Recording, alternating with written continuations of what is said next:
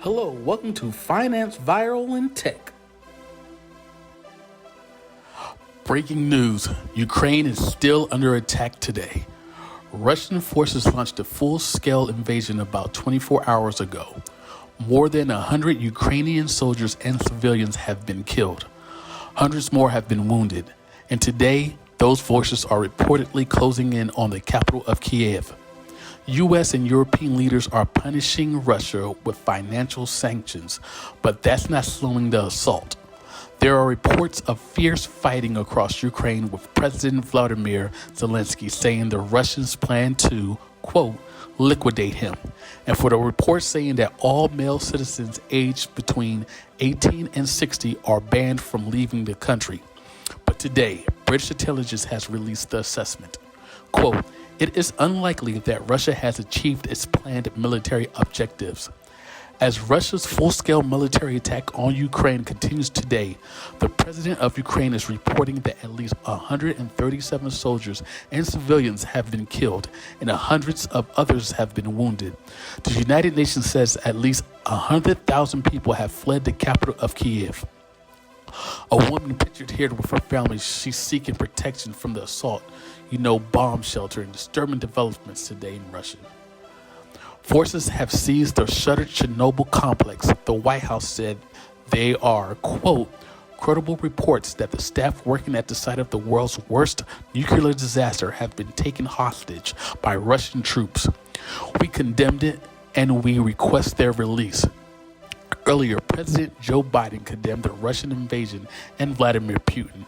It's the aggressor, chose the war, and now he and his country will bear the consequences. The United States has imposed crippling sanctions on Russia that cut the access of Russia's largest banks and companies from financial markets, restrict exports of technology to Russia, and freeze trillions of dollars in Russian assets, including those of Russia's elite wealthy families. These are people who personally gained from the Kremlin's policies, and they should share in the pain.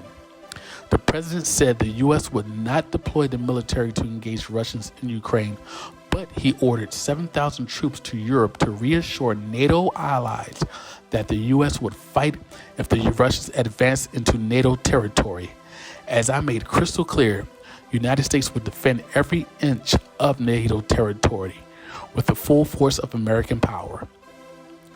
There are always that danger that branched out from the invasion of Ukraine, and by accident or design, Putin could enlarge the conflict in their especially vulnerable countries.